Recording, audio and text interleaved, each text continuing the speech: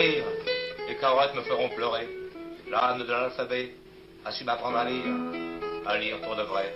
La poésie semblait tout naturellement couler de lui en des phrases pleines de pirouettes, de maximes cocasses et d'observations sarcastiques. Toute sa vie, Jacques Prévert fut un bavard prodigieux.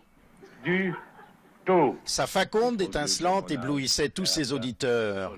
Dès le début des années 30, ses premiers textes furent composés pour les comédiens militants de gauche du groupe Octobre, puis pour le cinéma dont il devint vite un scénariste et dialoguiste recherché, l'orfèvre du merveilleux poétique. T'as de beaux yeux, tu sais. Embrassez-moi. Qu'est-ce que c'est qu'un métier? Qu'est-ce que c'est qu'un art? Hein? C'est toujours des questions. C'est le monde est rempli de questions, vous savez, auxquelles il est difficile de répondre, même si on se les pose à soi-même. Mais la publication en 1946 de son premier recueil de poèmes séduisit d'emblée la jeunesse, brimée par 4 ans d'occupation et qui entendait exprimer sa soif de liberté. Je suis comme je suis faite comme ça.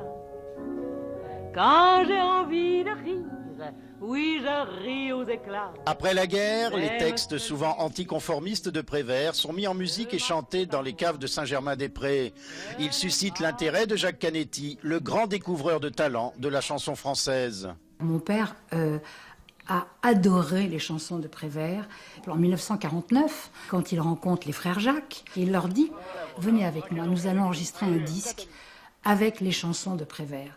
Et donc les frères Jacques chantent Prévert, je crois que c'est le premier album consacré à Jacques Prévert que mon père va enregistrer.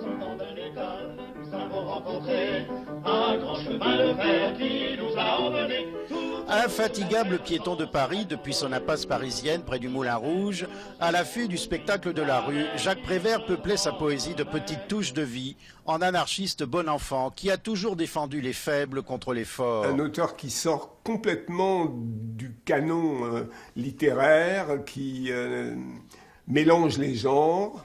Chez Jacques Prévert, il y a aussi cette capacité à toucher le public le plus large, à mettre la poésie dans la rue. Il avait beau considérer que son activité poétique relevait du hasard, Jacques Prévert, ici sur la terrasse de son appartement où rien n'a changé, n'en demeure pas moins le poète français le plus populaire et sur le plan humain, à la hauteur de ses textes. 40 ans après sa disparition, la générosité et l'espoir qu'il inspirait n'ont rien perdu de leur actualité.